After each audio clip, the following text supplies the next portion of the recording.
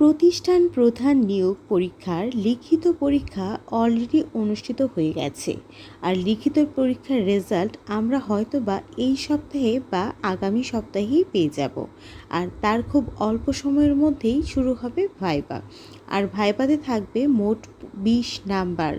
অনেক বেশি ইম্পর্ট্যান্ট এই নাম্বারটা, কেননা আপনি এমসিকিউ দিয়েছিলেন 80 নাম্বারে, আর আপনার 20 নাম্বার থাকছে ভাইবায়।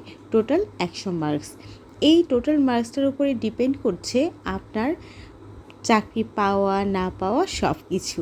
সেটা তো আপনারা নিশ্চয়ই বুঝে গেছেন। আর এই 20 নাম্বারের মধ্যে 12 নাম্বার থাকবে সার্টিফিকেটে, আর বাকি 8 নাম্বার থাকবে ভাইবার দিনে আপনার বিভিন্ন কার্যকারিতার উপরে। হতে পারে আপনার ব্যক্তিত্ব, আপনার চাল চলন, বা আপনার কথা বলার যে আত্মবিশ্বাস সেগুলো, বা আপনার উত্তর দেওয়ার উপর এগুলা নির্ভর করছে। তো চলুন ভাইভাতে খুব ভালো একটা মার্কস ক্যারি করার জন্য কি কি করা উচিত সেগুলো আমরা আরেকবার একটু স্মরণ করে নিই।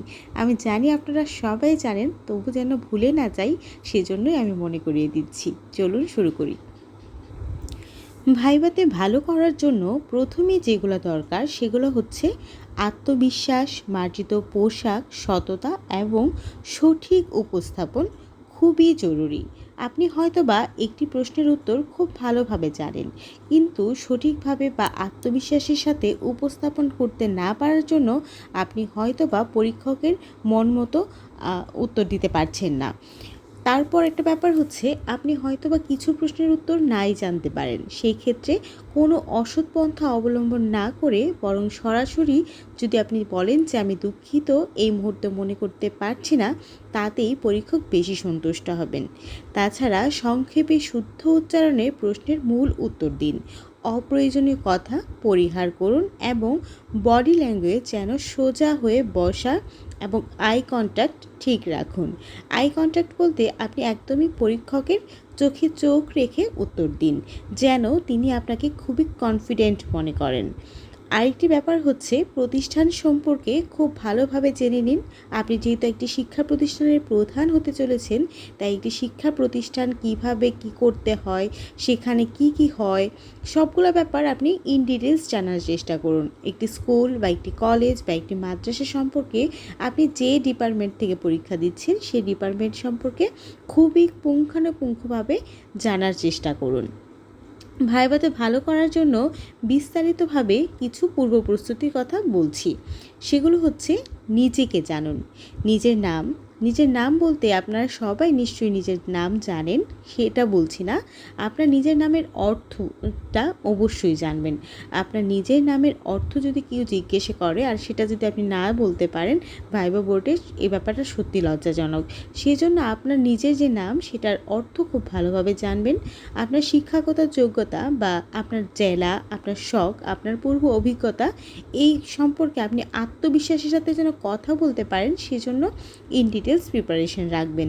যেমন আপনার জেলার নাম কি, সেই জেলা কী জন্য বিখ্যাত, বা সেই জেলার কোন খাবার খুবই বিখ্যাত, বা কোন লেখক সেই জেলায় জন্মগ্রহণ করেছিলেন, বা সেই জেলার নদী বা ঐতিহাসিক কিছু যদি থাকে সে সম্পর্কে আপনি খুব ভালোভাবে জানার চেষ্টা করবেন। তারপর হচ্ছে, আপনি যে প্রতিষ্ঠানে ইন্টারভিউ দিতে যাচ্ছেন সেই ক্ষেত্রে হতে পারে আপনি স্কুল, কলেজ বা মাদ্রাসার প্রতিষ্ঠান প্রধান হতে যাচ্ছেন। সেজন্য আপনাকে স্কুল, কলেজ বা মাদ্রাসার পরিচালনার জন্য যে জ্ঞানটুকু থাকা দরকার সেগুলো খুব ভালোভাবে আত্মস্থ করতে হবে। তার উপরে ব্যাপারগুলো হচ্ছে বিগত সালের প্রশ্ন। বিগত সালে ভাইভাতে ঠিক কেমন প্রশ্ন হয়েছিল, বা এনটিআরসি এর বিভিন্ন যে নিবন্ধন পরীক্ষাগুলো হয় সেক্ষেত্রে যে প্রশ্নগুলো হয় সেগুলো একটু দেখে নেবেন। আর অবশ্যই আপনাদের যে রিটেন পরীক্ষাটি হয়েছে বিভিন্ন পদের, যেমন একটি হয়েছিল প্রধান শিক্ষক পদের, একটি অধ্যক্ষ পদের, আরেকটি মাদ্রাসা প্রতিষ্ঠান প্রধানের, এই তিনটি এমসিকিউ প্রশ্নই খুব ভালোভাবে দেখে নেবেন। আমার ভিডিওতেও এগুলো ইন ডিটেলস দেওয়া আছে, যার দরকার অবশ্যই ভালোভাবে ওই ভিডিওগুলো দেখবেন, তাহলে আপনি সবগুলো এমসিকিউ খুব ভালোভাবে সলভ করতে পারবেন। হয়তো বা আপনাকে পরীক্ষার হলে এই প্রশ্ন থেকেই কিছু না কিছু প্রশ্ন করে বসবে, তাহলে দেখা যাবে যদি আপনি এটা পড়ে রাখেন আপনার জন্য এটা খুব সহজ হবে।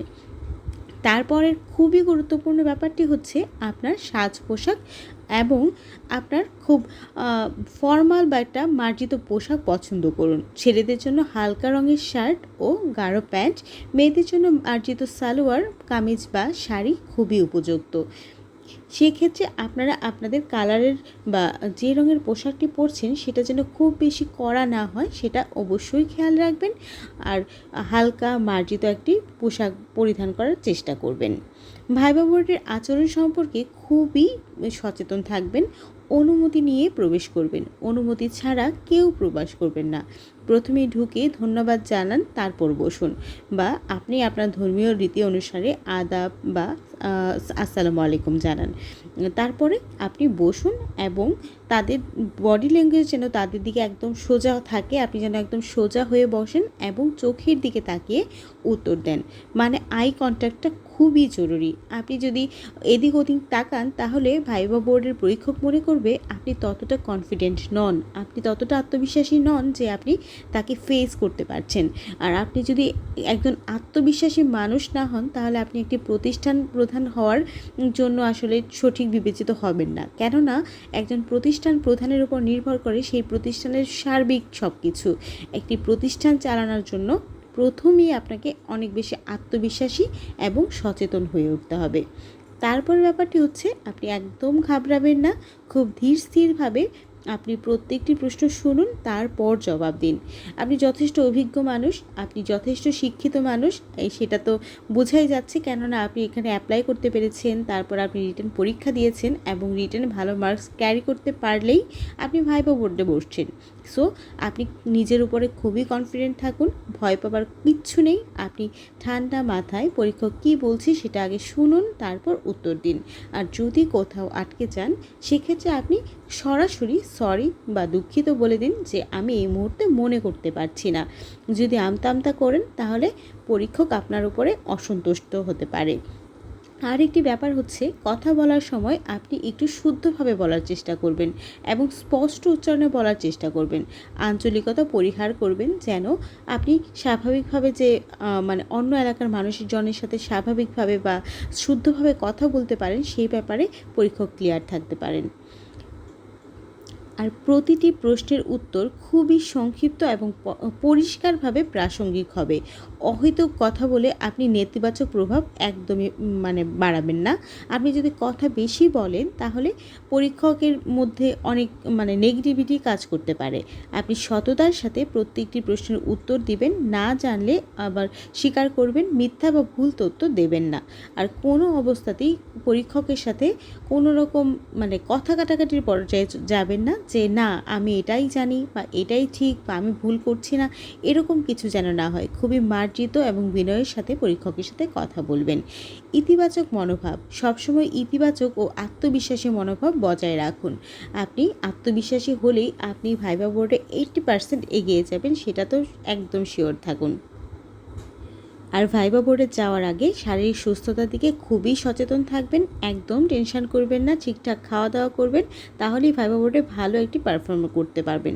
আর প্রয়োজনীয় সকল কাগজপত্র বা সার্টিফিকেটের মূল কপি, ফটোকপি সেগুলো অবশ্যই ফাইলে গুছিয়ে রাখুন। আর শেষ কথা হলো কনফিডেন্সই হলো ভাইবার মূল চাবিকাঠি। তাই আপনি খুবই কনফিডেন্টের সাথে ভাইবা বোর্ডে আপনার যতটুকু পারফরমেন্স করার ততটুকুই করবেন আর নিশ্চিন্ত করবেন, কারণ আপনি যথেষ্ট ক্যাপাবল, সেটা আপনি অবশ্যই মাথায় রাখবেন। সবার জন্য অনেক অনেক শুভকামনা রইল। আর নতুন নতুন আমার ভিডিও পেতে আমার চ্যানেলটিকে সাবস্ক্রাইব করে রাখবেন আর লাইক শেয়ার করে পাশে থাকবেন। সবার জন্য শুভকামনা।